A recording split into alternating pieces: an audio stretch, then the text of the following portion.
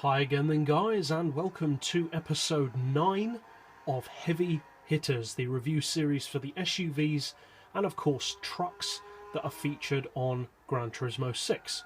And in this episode we're featuring one of the best trucks in the game, actually, the Toyota Tacoma X-Runner. Now this truck, perhaps surprisingly for a Japanese model, but also understandable because it's more of an Americanized version of a Japanese model, has a 4-litre supercharged engine and rear-wheel drive. Rear-wheel drive, of course, making it one of the rarer trucks or SUVs in the game to utilise that. But what does it have to offer? Because you don't see a massive amount of people using the Tacoma, but when you do see people using it, it tends to be a pretty quick truck. So what does it have to offer and why is it so good? Well, as we said, it's powered by a 4-litre supercharged engine, which when fully tuned puts out just under 700 horsepower. It's actually 699, and even more torque at 730 pound-feet. Again, a very American trait, typically the trait of a muscle car, as we've mentioned before, to have more torque than power. It weighs in at a pretty reasonable, for a vehicle of its size, 1,351 kilos. And although this truck may not look all that large compared to something like a Silverado or a Dodge Ram, it's pretty long. It's over 17 feet long, over 6 feet wide, so it's certainly not a small vehicle. Compared to a Dodge Ram, of course, it looks a bit small, but compared to pretty much anything else, it's a pretty big truck. Now the power to weight ratio, thanks to the pretty high power output and very reasonable weight, is again a very respectable 517 horsepower per tonne, which is pretty decent for a truck.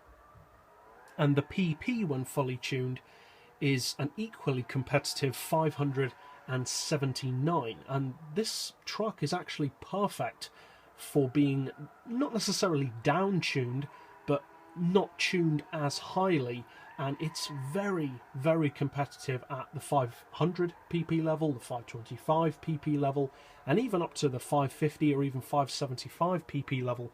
It's a very competitive machine, and pretty much for the same reason as a muscle car, because vehicles like trucks and muscle cars, especially rear-wheel drive trucks, the game tends to allow them to have more power than other vehicles in their class, because with the way that the game works out the PP system, being a large heavy vehicle tends to make your PP significantly lower, and thus allows the vehicle to have more power and torque than most other vehicles at that level. And that really works to your advantage on certain tracks.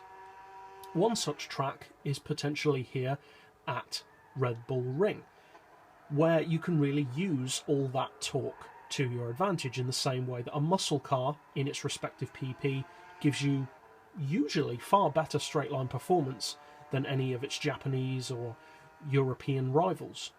Now, one of the best things by far about this truck is the value for money.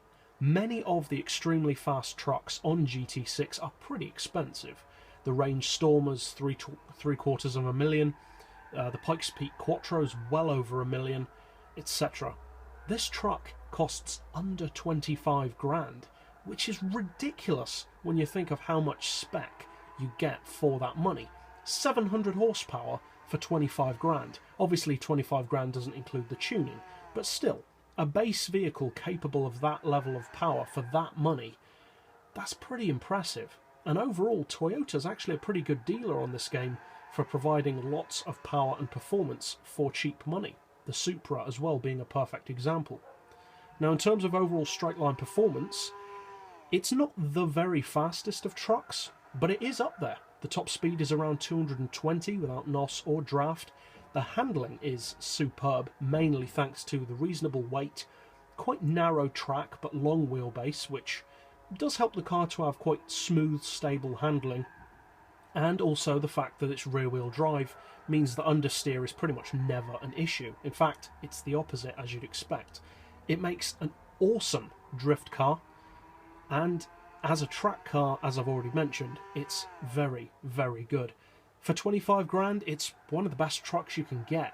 For the money, it's the best truck you can get, but even overall, against far more powerful trucks and SUVs, it's brilliant value for money. Not the obvious choice for most people, but a very, very good and slightly underappreciated truck that I'd certainly recommend you check out if you get the chance. So that's it for this review. I'll see you guys next time, and as always, thanks for watching.